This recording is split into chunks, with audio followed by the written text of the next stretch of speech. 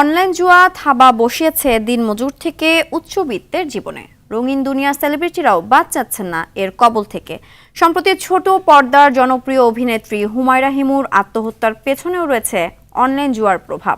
বিশেষজ্ঞরা বলছেন, নজরদারির অভাবে এটি এখন সামাজিক ব্যাধিতে পরিণত হয়েছে।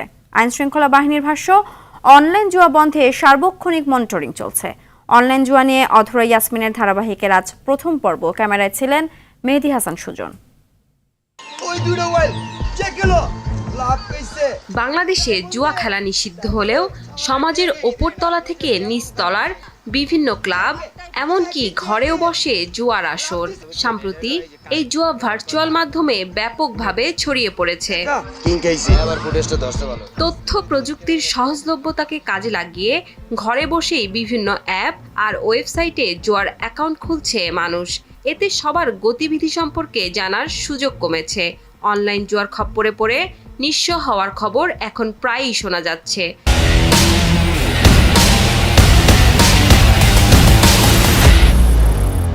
নারায়ণগঞ্জের এই ব্যবসায়ী তাদেরই একজন। 1500 টাকা নিয়ে খেলা শুরু করছিলাম। এক বন্ধুর কাছ থেকে দেখছি, ও শিখাই দিছিল।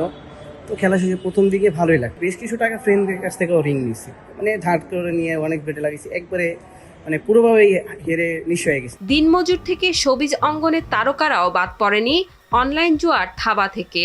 গেল বুধবার উত্তরা থেকে উদ্ধার করা হয় ছোট পর্দার জনপ্রিয় অভিনেত্রী হুমায়রা হিমুর মরদেহ।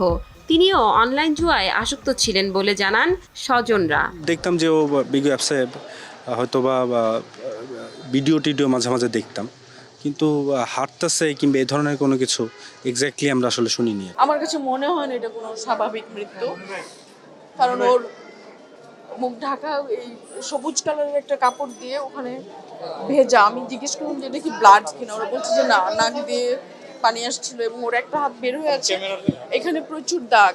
অনেকটা নিজের মধ্যেই থাকতো ওর মায়ের মৃত্যুর পর থেকে। সেটা মোবাইলে বোধহয় আরো কি ভিগো টিগো এগুলির সাথেও জড়িত ছিল।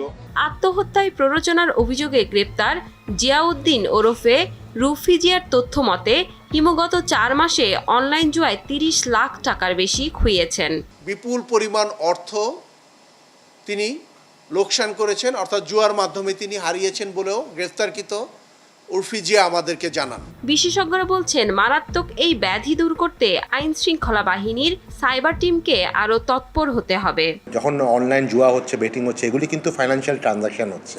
প্রতিটার পিছনে কিন্তু আপনার কোনো একখান থেকে কোনো একখানে টাকা পাঠানো হচ্ছে এবং এই টাকাটা কিন্তু কেউ ক্যাশে লেনদেন করছে না।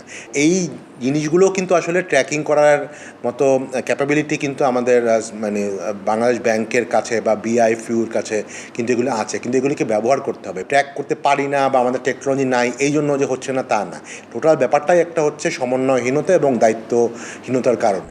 অনলাইন জুয়া নিয়ন্ত্রণে সার্বক্ষণিক মনিটরিং টিম কাজ করছে বলে জানান আইন শৃঙ্খলা বাহিনী।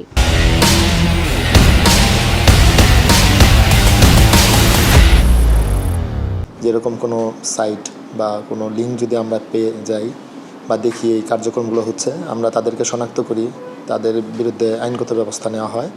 একই সাথে এই সাইটগুলো বন্ধ করার জন্য আমরা বিটিআরসির সাথে আমাদের যোগাযোগ থাকে সার্বক্ষণিক, এই ব্যবস্থাগুলো আমরা নিয়ে থাকি। অনলাইন জুয়ার আসক্তি থেকে সমাজকে বাঁচাতে আইন শৃঙ্খলা বাহিনীর পাশাপাশি পরিবারের সদস্যদের আরও সচেতন হওয়ার পরামর্শ বিশেষজ্ঞদের। মনিটরে দেখছিলেন ডিজিটাল জুয়ার সাইট। মোবাইল কিংবা কম্পিউটারে বিভিন্ন সাইটে গেলেই গিলতে হয় এসব জুয়ার বিজ্ঞাপন। দেখানো হয় প্রাথমিক লগইনের মোটা অঙ্কের টাকার অফার। সেসব টাকা আবার উত্তোলন করা যাবে দেশের প্রচলিত অনলাইন মানি ট্রান্সফারের মাধ্যমে খুব সহজেই। এমন চক্রের ফাঁদে পা দিয়েই মূলত অর্থনৈতিক ও মানসিকভাবে শেষ হচ্ছেন অনেকে। সব খুইয়ে অনেকে বেছে নিচ্ছেন আত্মহত্যার পথ। ডিজিটাল জুয়ার এসব সাইট বন্ধে সরকারের কঠোর পদক্ষেপ জরুরি বলে মনে করছেন বিশেষজ্ঞরা। অধরা ইয়াসমিন, RTV, ঢাকা।